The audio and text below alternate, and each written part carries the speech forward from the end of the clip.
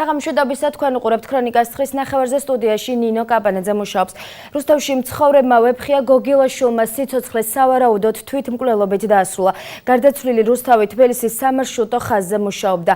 მომხდართან დაკავშირებით კომპანია ინტერტრანსმა სპეციალური განცხადება გაავრცელა. ტრაგიკული შემთხვევის გამო ქალაქის შემოსასვლელში აქცია გამართეს გოგილაშვილის კოლეგებმა. განცხადებები ქართული ოცნებისა და ნაციონალური მოძრაობის მერობის კანდიდატებმა გააკეთეს. დღის განმავლობაში განვითარებული მოვლენები ნახეთ ჩვენ სიუჟეტში. უბედური შემთხვევა რუსთავში 45 წლის ვეფხია გოგილაშვილმა სიცოცხლე თვითმკვლელობით დაასრულა. გოგილაშვილი კონსტიტუციის 38 ნომერში მდებარე საცხოვრებელ სახლში ჩამოხრჩვალი ძმამ ნახა. გარდაცვლილი მე-12 მიკრორაიონიდან რკინიგზის ცენტრალური სადგურისკენ მიმავალ სამარშრუტო ხაზზე მუშაობდა. მისი კოლეგები მომხდარს რუსთავი-თბილისის სამარშრუტო ხაზებთან დაკავშირებულ მოვლენებს უკავშირებენ. დღეს უნდა შევსრულიყავით ყვითელთან მოლაპარაკებაზე რა, სადღაც პირველ 2 საათზე რა, თათბირეთ იქით და ჩემ გვერდზე იყავითო რა. ერთად წავიდეთ მე რა. 9 საათში მოვალო რა. აი ეს 9 საათიდან ვეძებთ რა. 1 საათ 9-ია ვეძებთ და ვერ ვიპოვეთ კაცი რა. და მე თავი ძმამ თქვა რომ მე ვიცი სადაც იქნებაო რა. თავის სახლში აქ არის, სადღაც რა კერძობინებთან დაკეტილი ერთ სახლი რა. მივედით და იქ იპოვე თავის ძმამ ჩამოხსნა იმით. ფიზკულობის მეზოზი იყო ესა რა. გუშინაც, გუშინწინაც. აი კაცი იყო გაგიჟებული და რა ვქნა და რა გავაკეთე თუ ხაზები წაგვართვეს. ტრაგიკულ ფაქტთან დაკავშირებით სპეციალური განცხადება კომპანია ინტერტრანსში გაკეთდა. კომპანიის დირექტორის მამუკა მუმლაძის განცხადებით მათ აქვს დაზუსტებული ინფორმაცია, რომ სხვა ხაზის მეპატრონეების და მათი ადვოკატის მხრიდან ამ ადამიანზე ზეწოლა ინტენსიურად ხორციელდებოდა იმ მოტივით, რომ მას კომპანიასთან თანამშრომლობაზე უარი ეთქვა. ინტერტრანსის სამართალდამცავ ორგანოებს თხოვნით მიმართავს მომხდარზე რეაგირება დროულად მოახდინონ. ეს არის სისრუე. ვინაიდან ეს პიროვნება უშუალოდ ესწრებოდა მოლაპარაკებებს, მე პირადად მასთან მქონდა საუბარი, ამ ადამიანს ნამდვილად არ ქონდა იმის საფუძველი, რომ კომპანიისგან რამე ზეწოლა მიეღო, ან კომპანიისგან რამე კრიტიკულ მდგომარეობაში ჩაეყენებინა კომპანიას. მიმდინარეობს მძღოლებზე ზეწოლები, ვინც ამ კომპანიასთან მივა, მას ეს დაემართება, მას ის დაემართება და იყო მუქარები. მე მიუმართავ სამართალდამცავ ორგანოებს ზუსტად აი განცხადებით შეისწავლონ აღნიშნული ფაქტი. მომხდარი ინციდენტიდან რამდენიმე საათში რუსთავი-თბილისის სამარშრუტო ხაზების მძღოლებმა საპროტესტო აქცია ქალაქის შემოსასვლელში გამართეს. მძღოლებმა რუსთავში შემოსასვლელი გზის გადაკეტვაც სცადეს, თუმცა ამის საშუალება მათ საპატრულო პოლიციის თანამშრომლებმა არ მისცეს. საპროტესტო აქციის მონაწილეები ინტერტრანსის მხრიდან გაკეთებულ განცხადებებს სისრუეს უწოდებენ და აცხადებენ, რომ აქციები ბევრად უფრო მასშტაბურ ხასიათს მიიღებს. ეს პროტესტი გამოიწვია ინტერტრანსის წარმომადგენლების განცხადებამ, თითქოს ხაზის ეგრეთ წოდებული ხაზის მეპატრონეებმა და ადვოკატმა გაუკეთეს ზეწოლა იმ ადამიანს. ამა გამოიწვია ეს პროტესტი, ხალხი აღშფოთა და გამოვიდა გარეთ. გააჩერეს ყველა მანქანა. ესეთი ცილისწამების გამო ჩვენზე ზეწოლა ხორციელდება იმისათვის, რომ მძღოლები დაითანხმონ კაბალურ პირობებზე. მხოლოდ ამ მიზნით სიტყვებით გვესაუბრებიან სხვა თემაზე, პარალელურად ახორციელებენ სხვადასხვა ხასიათის ზეწოლას. ბანკის ვალები გვაქვს და სახლი გვაქვს ბანკჩადებული და ნერვიულობისგან ხალხი აღარ არის და მოგვიანებით განცხადებები ქართული ოცნებისა და ნაციონალური მოძრაობის რუსთავის მერობის კანდიდატებმა გააკეთეს. ნაციონალური მოძრაობის მერობის კანდიდატმა მამუკა ჩიქოვანმა საპროტესტო აქციის მონაწილეებს მხარდაჭერა აღუთქვა და მიმდინარე მოვლენებზე პასუხისმგებლობა ცენტრალურ და ადგილობრივ მთავრობას დააკისრა. თავის მხრივ საპასუხო განცხადება გააკეთა ქართული ოცნების რუსთავის მერობის კანდიდატმა დავით ჯიქიამ. საკუთარ განცხადებაში მან აღნიშნა, რომ გაკეთებული განცხადებების სიმართლეს არ შეესაბამება და შესაბამის ორგანოებს მომხდარი ფაქტის დროულად გამოძიებისკენ მოუწოდა. მინდა მიუსამძიმრო გარდაცვლილის ოჯახს. პირდაპირ შემიძლია განვაცხადო, რომ ეს არის ხელისუფლების, როგორც ადგილობრივის, ისევე ცენტრალურის, უნარობის, უგნურობის, ადამიანთა სასიცოცხლო ინტერესის გაუთვალისწინებლობის შედეგი. ხელისუფლების მხრიდან მხოლოდ ხდებოდა აპელირება იმ თემაზე, რომ ეს იყო ინსცენირებული, ეს იყო დადგმული პროვოკაცია, რომელსაც ზურგს უკან უმაგრებდა პოლიტიკური მოწინააღმდეგე. არასოდეს არ უღრმავდებოდნენ პრობლემის შინაარსს, რომ თავშივე მოეგვარებინათ. რა უბედურება უნდა დატრიალდეს კიდევ ამ ადამიანების ოჯახებში, რომ საბოლოო ჯამში ხელისუფალი მოეგოს გონს, მოვიდეს აზრზე და შესაბამისად მიიღოს ის გადაწყვეტილება, რომლითაც ეს ადამიანები დაცულად იგრძნობენ თავს. ვიბრძოლებ ბოლომდე ვიბრძოლებ და ამ კორუფციულ გარიგებას.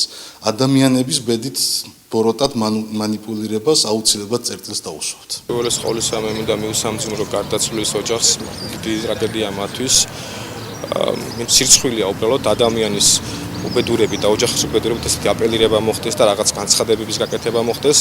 მე მიმართავ სამართალდამცავებს მოხდეს გამოძიება ამ ფაქტთან დაკავშირებით. გარდა ამისა, მე როგორც ვთქვი დღეს განცხადება გააკეთა ინტენტრანსმა, ანუ გამარჯვებულმა კომპანიამ და მან განაცხადა, რომ ეს ადამიანი უშუალოდ თანამშრომლობდა ამ კომპანიასთან. გარდა ამისა, მათ განაცხადეს, რომ გარკვეული ზეწოლებიც არის კონკრეტული ადამიანების მხრიდან ძღოლების ნაწილზე, რომ ისინი ახალ კომპანიასთან არ თანამშრომლებდნენ. ვთხოვ სამართალდამცავებს იქნება მოხდეს გამოძიება. გამარჯვებული კომპანია არსებობს. ეს კომპანია თავის ფუნქციებს, ანუ დღევანდელი სიტუაციით უჭირს მისი შესრულება იქიდან გამომდინარე, რომ კონკრეტული ადამიანები აპელირებენ რაღაც ფაქტებით, ხელს უშლიან ზოგადად თვითმმართველობის მუშაობას და ანუ მუშაობას გამარჯვებული კომპანიისას. ანუ აქედან გამომდინარე უხერხული მომენტი არის და ხა ნებისმიერი ადამიანის რაღაც ტრაგედიით აპელირება ეს არის სირცხვილი. არ შეიძლება თქვა ვიღაც ადამიანი კი მესმის წინასაარჩევნო კამპანია და ყველა ცდილობს რაღაც პოლიტიკური ფულების ჩაწერას, მაგრამ არის რაღაცა სინდისის ზღვარი. დღევანდელ ფაქტსაც ვაკუთვნებთ სირცხვილია უბრალოდ ამით აპელირება. საპროტესტო აქციების მიმდინარეობის პერიოდში რუსთავში შეფერხებული იყო დედაქალაქში მიმავალი ტრანსპორტის მოძრაობა. მძღოლების განცხადებით, იმ შემთხვევაში თუ ინტერტრანსი ყველა მოთხოვნას არ დააკმაყოფილებს, საპროტესტო აქციები გაგრძელდება. ქალაქში დღეს განვითარებულ მოვლენებთან დაკავშირებით განცხადება საკრებულოს წევრმა ივანე შათერიშვილმაც გააკეთა.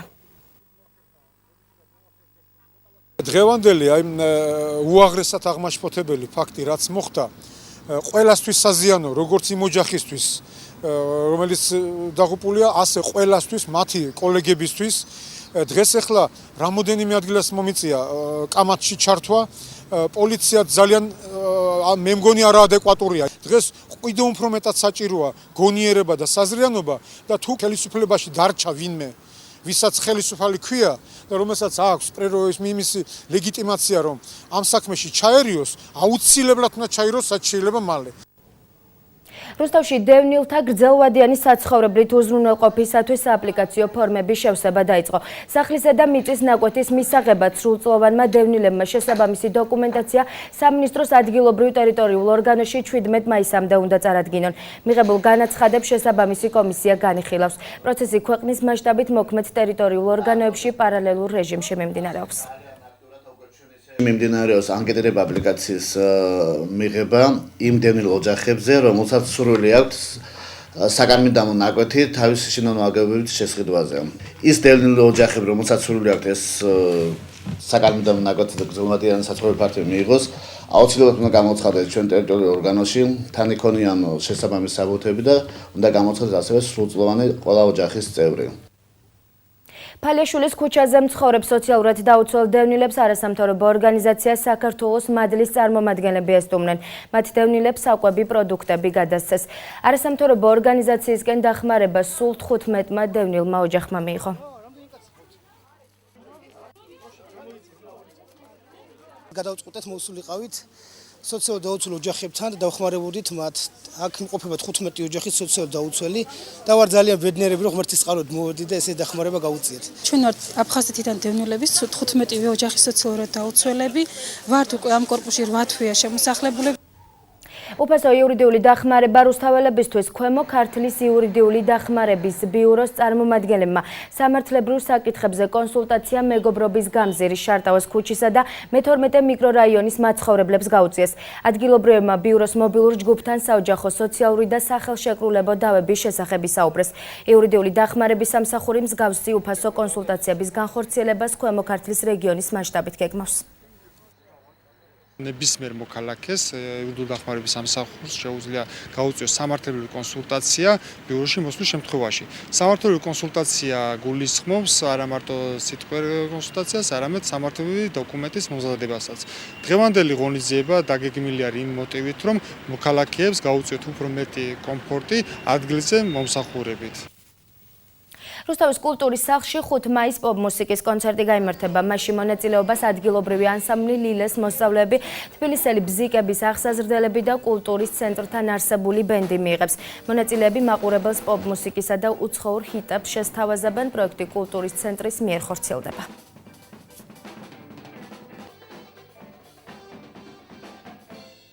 კულტურის ცენტრთან არსებული ბენდი და ასევე თინეიჯერი ბავშვები, ქალაქის ანსამბლის ლილეს მოსწავლეები და ასევე თბილისელი ბზიკების სტუდიოს რამოდენიმე აღსაზრდელი იმღერებს ამ ბენდთან ერთად პოპ მუსიკას, თანამედროვე მუსიკას, უცხოურ ჰიტებს შეასრულებენ. შესრულდება 14 ნომერი. კონცერტი გაიმართება 5 მაისს კულტურის ცენტრში. საინიციატივო ჯგუფმა ერთად შემოვიაროთ ჩვენი საქართველოს საქველმოქმედო საღამო გამართა. ღონისძიებიდან შემოსული თანხა ჯანმრთელობის პრობლემების მქონე რუსთაველი ბავშვების ოჯახებს გადაეცათ. საქველმოქმედო აქციაში მონაწილეობა ადგილობრივი თვითმმართველობისა და ბიზნეს სექტორის წარმომადგენლებმა მიიღეს.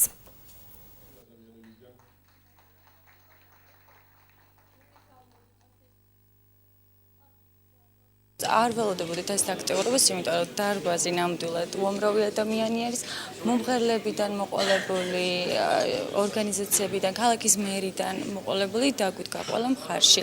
ვეხმარებით ამ რუსთაველ ბავშვს, რომ ერთს აქვს ლეიკემია, ერთი არის სისხლით დაავადებული და მესამეს ესაჭიროება ხელზე ოპერაცია. ქრონიკა პირდაპირ ეთერში ბრუნდება. ხვალ რუსთავის ქიმიკოსთა სპორტულ კომპლექსში საქართველოს ეროვნული საკალათბურთო ჩემპიონატის პლეი-ოფის თამაში გაიმართება. მეოთხედფინალური სერიის მესამე შეხვედრაში რუსთავის საკუთარ მოედანზე თბილისის არმიას მიიღებს. თამაში 19 საათსა და 30 წუთზე დაიწყება. შეგახსენებთ, რომ პლეი-ოფების 3 მოგებამდე მიმდინარეობს. ამ ორ გუნდს შორის კი პირველი და მეორე მატჩი არმიელთა გამარჯვებით დასრულდა.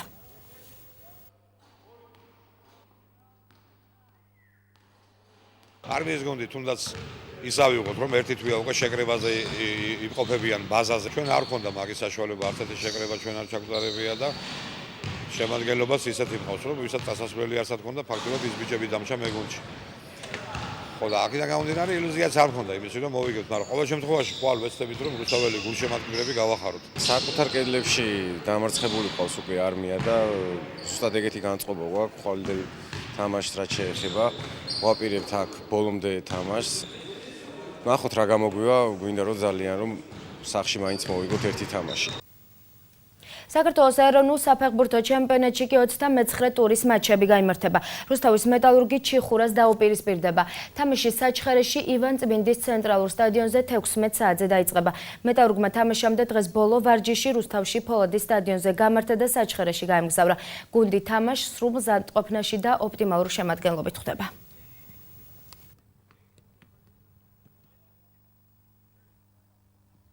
ბენი мотивация არის ახალგაზრდა გუნდის ბოლომდე ჩამოყალიბება, თავისთავად ყველა კონკრეტული თამაშის მოგება.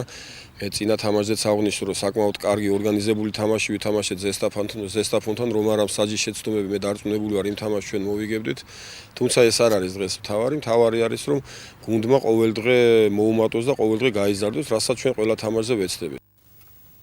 რუსთაველმა ძიუდოისტებმა გორში გამართულ საერთაშორისო ტურნირზე 1 პირველი, 2 მეორე და 2 მესამე ადგილი დაიკავეს. სარეიტინგო შეჯიბრზე ყველაზე შედეგიანად გიორგი კასაურმა იასპარეზა, რომელმაც 91 კილოგრამ წონით კატეგორიაში ოქროს მედალი მოიპოვა. მეორეზე რევაზ ნადირაძე და ვლადიმერ ფირადაშვილი გავიდნენ, ხოლო ბრინჯაოს მედლები ვაჟა ალავიძემ და ივერი კერველიშვილმა მოიპოვეს. სარეიტინგო ტურნირი იყო. საერთაშორისო ტურნირი სასომხეთი იყო, აზერბაიჯანი, რუსეთი. ერთი პირველი ადგილი ავიღეთ, გიორგი კასაბრმა აიღო პირველი ადგილი, 2 მეორე ადგილი ავიღეთ და 2 მესამე ადგილი ავიღეთ. შეიძლებოდა უკეთესი შედეგიც გავუკეთებინა. ძლიერი კონკურენცია იყო, კაი შეჯიბრი ჩატარდა. რა ვიცი, წინ კიდე საქართველოა, შემდეგ მას ევროპა და მსოფლიო მოყვება და იმედია ისეთივე წარმატებით ვიასპარეზებთ როგორც ამ ტურნირს.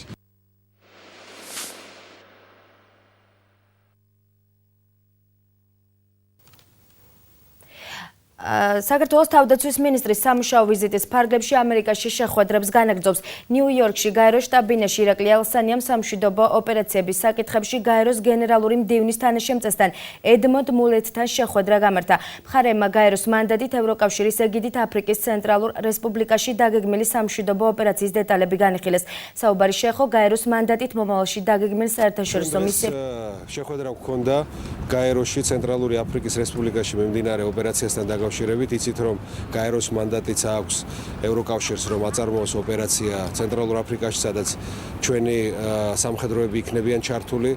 ვისაუბრეთ ვითარებაზე ცენტრალურ აფრიკაში, ვისაუბრეთ იმაზე თუ რა შეიძლება დაჭირდეს ჩვენს სამხედროებს რომ საკუთარი მისია შეასრულონ ზუსტად და რა მხარდაჭერა დაჭირდებათ ლოჯისტიკური იმისთვის რომ წარმატებულად დაბრუნდნენ მისიის შესრულების შემდეგ საკუთარ ქვეყანაში. ასევე ვისაუბრეთ იმ შესაძლებლობაზე მომავალში რომ ქართულმა სამხედროებმა უკვე გაეროს ეგიდით როგორც ცისფერ ჩაფხუტიანებმა გააგრძელონ სხვადასხვა მისიაში შესრულება. აქედან გამომდინარე დღევანდელი შეხვედრის შემდეგ უფრო ნათელი წარმოდგენა გვაქვს იმაზე თუ როგორ აპირებს მისიების განხორციელებას აფრიკაში გაერო.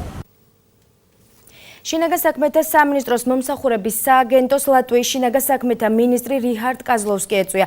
მინისტრმა სააგენტო დაათვალიერა და მუშაობის სპეციფიკას ადგილზე გაეცნო. მომსახურების სააგენტოს წარმომადგენლებმა დელეგაციის წევრებს სააგენტოში განხორციელებული და მიმდინარე პროექტები გააცნეს. ლატვიის მინისტრმა მართვის მოწმობის თეორიული და პრაქტიკული გამოცდის ჩაბარების სისტემები დაათვალიერა. ვიზიტის დასასრულს სააგენტოს დირექტორმა სიმბოლური საჩუქარი გადასცა ლატვიის მინისტრ რიჰარდ კაზლოვსკის სანომრე ნიშანი საკუთარი სახელით. მომსახურების სააგენტოში დღეს ჩვენ სტუმრად ყავდა ლატვიის შინაგან საქმეთა მინისტრი, რომელსაც გავაცანეთ მომსახურების სააგენტოს მუშაობის პრინციპი, აუხსენით იმ სერვისების შესახებ, რასაც შინაგან საქმეთა სამინისტროს მომსახურების სააგენტო სთავაზობს მოსახლეობას და გავაცანეთ მომსახურების სააგენტოში გატარებული რეფორმების შესახებ. შინაგან საქმეთა სამინისტროს საგანგებო სიტუაციების მართვის დეპარტამენტის მაშველებმა ყაზბეგის მუნიციპალიტეტის დაბა სტეფანწმინდის ცენტრალურ მაგისტრალთან ხევში ჩავარდნილი პოლონეთის მოქალაქე ამოიყვანეს. სამთო სამაშველო ოპერაცია რთულ მეტეოროლოგიურ პირობებში მიმდინარეობდა. სამაშველო ჯგუფმა დაშავებული პიროვნება დროულად ამოიყვანა. უცხოეთის მოქალაქე სასწრაფო სამედიცინო დახმარების ცენტრმა გადაიყვანა, ამ დროისთვის მისი ჯანმრთელობის მდგომარეობა დამაკმაყოფილებელია.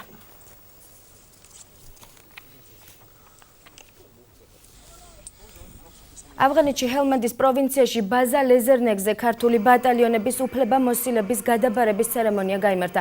23-მე ბატალიონი ამერიკული სარდლობის დაქვემდებარებაში ბაზა ლეზერნეგზე 6 თვის განმავლობაში შეასრულებს ISAF-ის მისიას.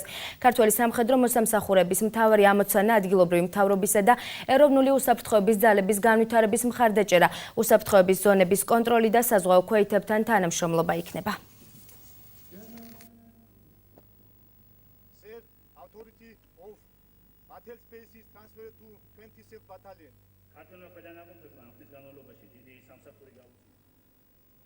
ეს 7 თვე მოიცავდა ძალიან ბევრ რისკებს, მაგრამ თითოეული 31 ჯარისკაცის თავდადებამ, თავგანწირულმა შრომამ თავისი ნაყოფი გამოიღო. მე ბედნიერი ვარ, იმიტომ ყველა ჩემი ჯარისკაცი, ჩემი ხელქვეითი ოფიცერი სახსალამათი ბრუნდება საკუთარ სახლში. ბრუნდება ამაყი და თავაწეული, რამე თუ ძალიან დიდია მაგათი ჩადებული ღვაწლი, გაწეული შრომა ავღანეთის და ავღანელი ხალხის უსაფრთხოების საქმეში. 31 ბატალიონს უპირველეს ყოვლისა ულოცავ მისიის მშვიდობით დამთავრებას და მას მოულოცავს სახში მშვიდობით დაბრუნებას. 23 ბატალიონმა მიიღო 31 ბატალიონიდან გადაიბარა მთლიანი ოპერაციის რაიონი, ასევე მთელი ლეზერნიკის სამხრეთი მხარე დასაცვალად 23 ბატალიონი არის მზად რომ დაიცვას და გადაიბაროს გააგრძელოს ის დავალებები, რასაც 31 ბატალიონს ჰქონდა აქ ლეზერნიკის ბაზაზე. შინაგან საქმეთა სამინისტროს მიერ დაწყებული ანტინარკოტიკული კამპანია გრძელდება. კამპანიის ფარგლებში შინაგან საქმეთა სამინისტროს წარმომადგენლებმა თბილისში 173 სკოლის მოსწავლეებს შეხვდნენ და ეგრეთ წოდებულ ბიომოხმარების წინააღმდეგ შინაგან საქმეთა სამინისტროს მიერ დაწყებული კამპანიის მიზანსა და მნიშვნელობაზე ესაუბრნენ. შეხვედრაზე მოსწავლეებს ასევე გააცნეს შინაგან საქმეთა სამინისტროს ინიციატივით შექმნილი ახალი კანონი ფსიქოაქტიური ნივთიერებების შესახებ. დღეს ვიმყოფებოდი ანტინარკოტიკული კამპანიის ფარგლებში თბილისის 173 საჯარო სკოლაში. ბავშვებს გავაცანით ეგრეთ წოდებულ ბიონარკოტიკებთან დაკავშირებული პრობლემატიკა. ეს შეხვედრა ძალიან მნიშვნელოვანი არის, იმდენად რამდენადაც გუშინ 1 მაისს შევიდა კანონი ძალაში. შესაბამისად, ეხა უკვე ორმაგად უფრო აუცილებელი არის, რათა საქართველოს მოსახლეობა, განსაკუთრებით კი ახალი თაობა, სკოლის მოსწავლეები იყვნენ ინფორმირებული მაქსიმალურად. ძალიან ბევრი საინტერესო კითხვა დაისვა ბავშვების მხრიდან, ესეთი რეალურად ძალიან აინტერესებთ ეს თემა და რეალურად ცდილობენ, რომ იყვნენ ინფორმირებულები.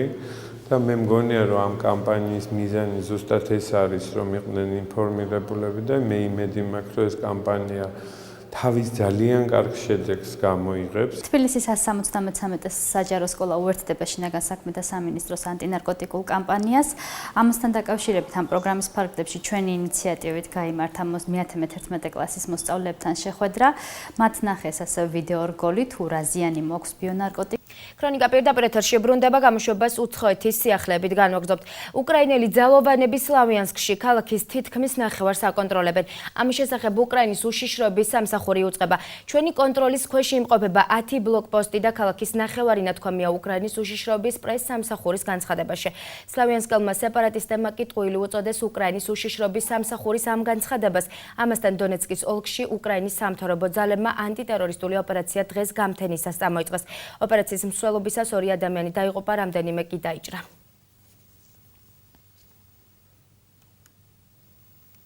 საულში სარკინიგზო შემთხვევის შედეგად 170 ადამიანი დაშავდა. ინფორმაცია გარდაცვლილების შესახებ არ გავრცელებულა. ადგილობრივი პრესის ცნობით ავარია ერთ-ერთი მატარებლის მწყობრიდან გამოსვლამ გამოიწვია, რომელიც სადგურში შესვლამდე გაჩერდა, რა დროსაც მას მეორე მატარებელი შეეჯახა. დაშავებულები უკვე საავადმყოფოში გადაიყვანეს, მათ უმრავლესობას მსუბუქი ტრავმები აღენიშნება.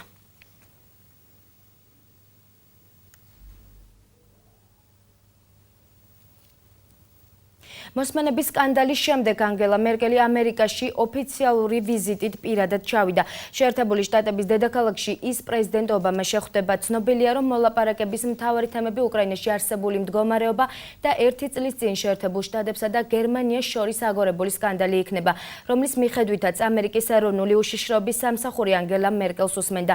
გავრცელებული ინფორმაციით ბერლინი ამ დრომდე ელოდება ვაშინგტონისგან განმარტებებს მოსმენების საკითხთან დაკავშირებით.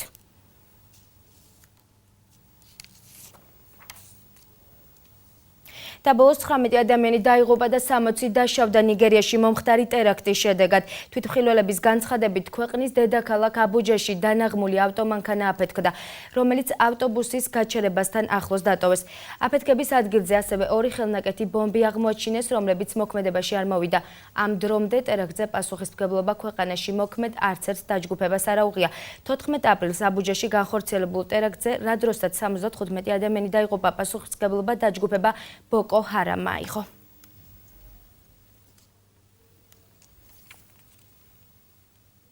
Таков საქართველოს და ტრადიციულად ამინდის პროგნოზი. მომდევნო დღეების განმავლობაში სინოპტიკოსები არამდგრად ამინდებს პროგნოზირებენ. საქართველოს უმეტეს რეგიონში მოსალოდნელია ცვალებადი ღრუბლიანობა. დღის პირველ ნახევარში ნაწილობრივ მზიანი ამინდის შენარჩუნდება ხვალ რუსთავშიც, ხოლო დღის მეორე ნახევრიდან მოსალოდნელია კოკისპირული წვიმა. ჰაერის ტემპერატურა იქნება. Წალკაში დღესით 19 ღამით 7 გრადუსი სითბოთ, თეთრი წყაროში ჰაერი დღესით 20 გრადუსამდე გათბება, ღამით 9 გრადუსი. თბილისში დღესით 18 ღამით 4, ბოლნისში დღესით 25, ხოლო ღამით 9 გრადუსი სითბო. მარნეულში დღესით ასევე 24 ღამით +13, თბილისში დღესით ასევე 24 ღამით 13. გარდაბაში დღესით 25 ღამით 12 გრადუსი სითბო, ხოლო რუსთავში დღესით ასევე 25 ღამით 13.